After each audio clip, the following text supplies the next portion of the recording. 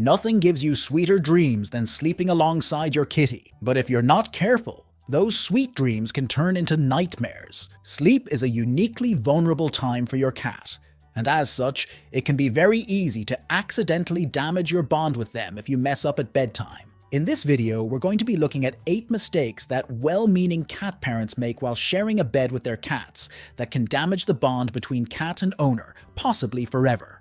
But before we dive in, why not subscribe and join our feline-loving community for more tips and tricks on how to care for your kitty? Mistake number 1. Having your own living teddy bear is one of the best things about cat ownership, but it doesn't happen straight away, if at all, for every cat parent. Some cats are too active to be okay spending time lying in bed when they could be out enjoying the night. Others might prefer to sleep in their own bed or den. Some cat parents try to fix this problem by picking their cats up, putting them in the bed and holding them there. Although this might eventually lead to the cat staying put, once they've realized that they can't get away without being brought back, they won't be staying there because they like it, and they'll likely take the first moment of distraction as an opportunity to escape. Trying to force a cat to behave the way you want it to is only going to damage the relationship between the two of you. Remember, love the cat you have, not the one you want. Mistake number 2. On the other hand, many humans don't actually enjoy having a cat in bed with them, surprisingly enough. Cats don't always make good bedfellows. They might insist on sleeping on your pillow so you can't rest your head on it, or on your chest so you can't breathe, or like a rock in the middle of the bed so you have to sleep in a kind of corkscrew position. It might be easier to just lock them out of the room, or at least it might seem easier, until you try it and are woken up by your cat wailing outside your door at 3 a.m., demanding attention. Locking a cat out of your room while you're sleeping can be distressing for them. They don't understand why you need to sleep for such long hours, and they might feel abandoned. A better option might be to try and provide them with their own bed in your room, next to yours, possibly lined with something that carries your scent, such as an old t-shirt. This way, the cat can satisfy their need to be close to you while they're having their nightly nap, without disturbing your own beauty sleep. Mistake number 3. Locking your cat inside the room is something else to avoid, although most cat parents who do this do it by accident. Cats sleep twice as much as humans over the course of the day, but they do so in much shorter blocks. Your cat is not going to be sleeping beside you for a full 8 hours. Their bodies just don't work that way. If you want your cat in your bedroom at night, then you should always leave the door open so that they can get out when they need to, if only to access their food and water dishes and use the litter box. This also makes them less likely to decide that they need to wake you up if they get bored in the night.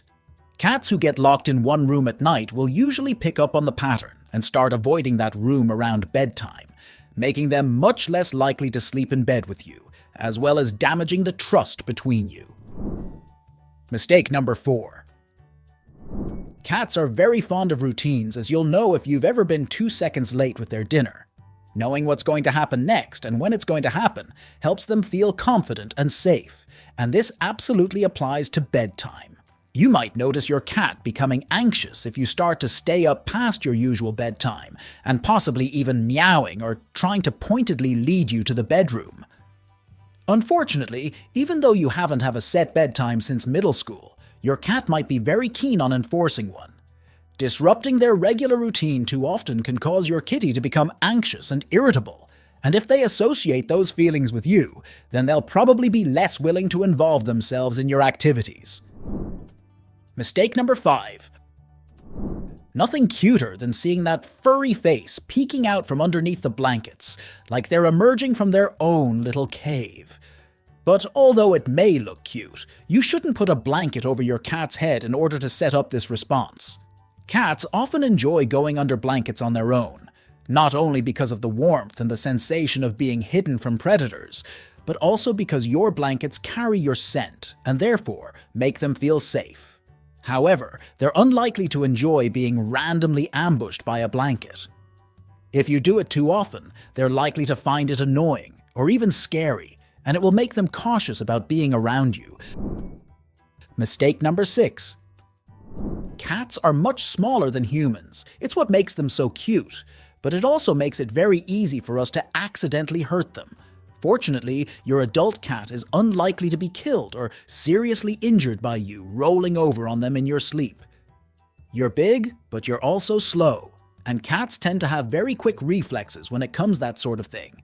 However, they are less likely to want to sleep next to you if you keep almost crushing them. Not to mention that smaller cats, or especially kittens, are at significantly more risk of being accidentally squashed. One way to solve this problem is to make sure that you fall asleep in the C position when you go to bed.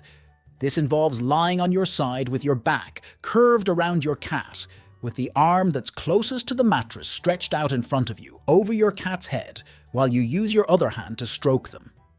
If you're a parent to young children, you might recognize this pose as the same one recommended to parents who are co-sleeping with their babies.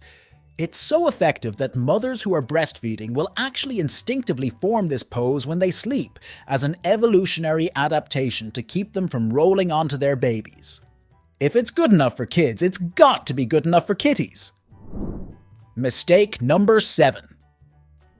Your cat may be like a living teddy bear, but that doesn't mean that you can treat them like one.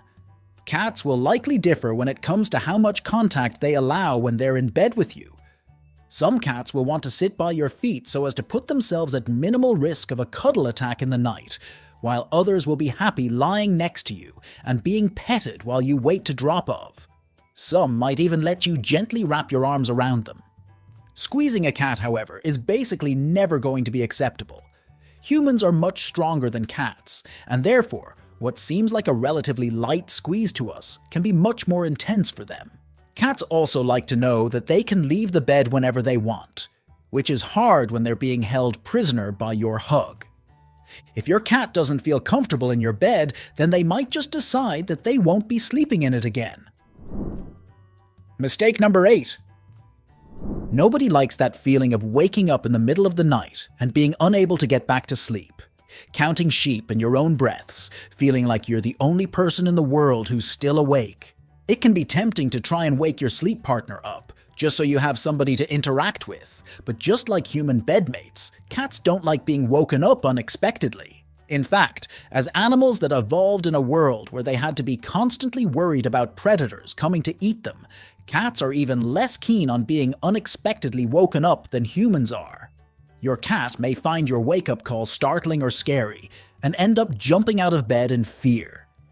If they start to associate you with that anxious feeling, then this can lead to a gradual disintegration of your bond due to loss of trust. And loss of trust is the worst thing that can happen between you and your kitty. Check out this video about the biggest mistakes most cat owners make that ruin the bond with their kitties.